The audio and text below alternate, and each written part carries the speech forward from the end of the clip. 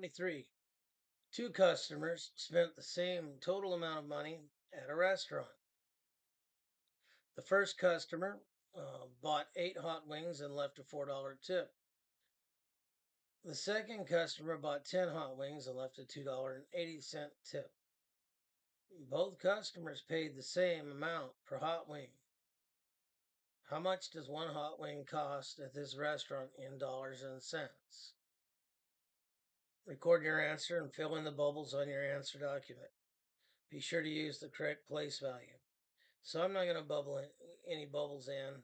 I'm not going to fill in any bubbles, but I'm going to show you how to find the correct amount for the cost of each hot wing. All right, so let's call.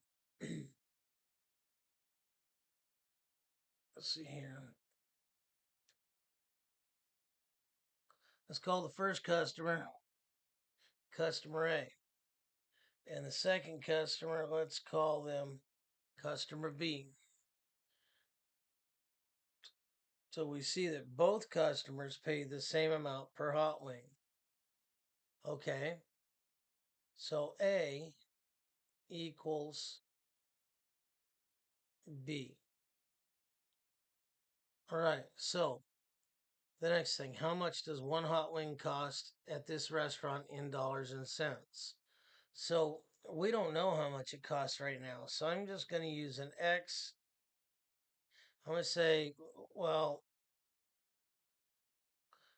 we say let X equal when we're saying we're going to define what X is. So it's always the thing that you don't know. And we don't know how much the hot wings cost right now. So let X equal cost per hot wing.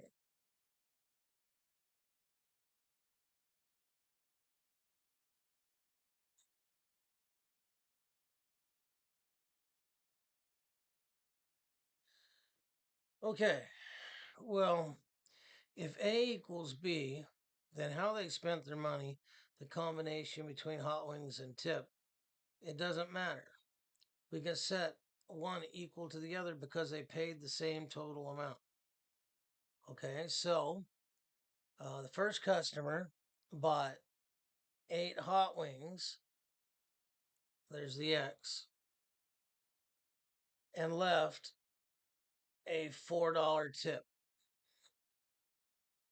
So we are done with that. The second customer bought 10 hot wings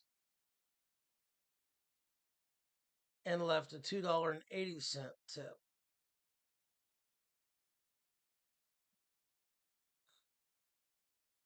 So we're done with that.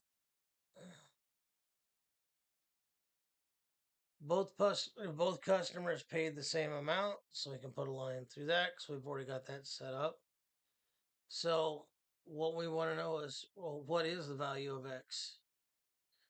Okay, so we have a mechanism to be able to do that. This is simply solving for the value of a variable. Okay, so I'm going to put all my x's on one side to start with. Since there are no parentheses or exponents, there's no real multiplication to do. Right now, what we're doing is we're combining like terms, so there are fewer things to think about. So we're just combining the like terms. So I see that 10x is bigger than 8x. So I'm going to subtract 8x from the left and the right. So we have 4 equals 2x plus 280. Okay, we're not quite done.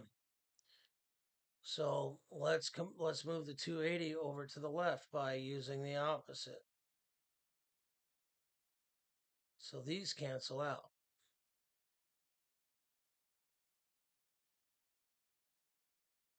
So we have 1.2 equals 2x. Okay, well, again, we want to get x by itself, by using the opposite of whatever we're doing to the x. So I'm going to divide by 2, both sides. So 0.60 equals x.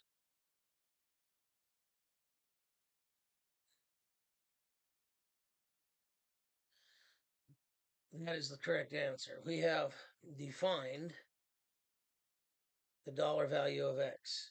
So let's check our answer. There you have it.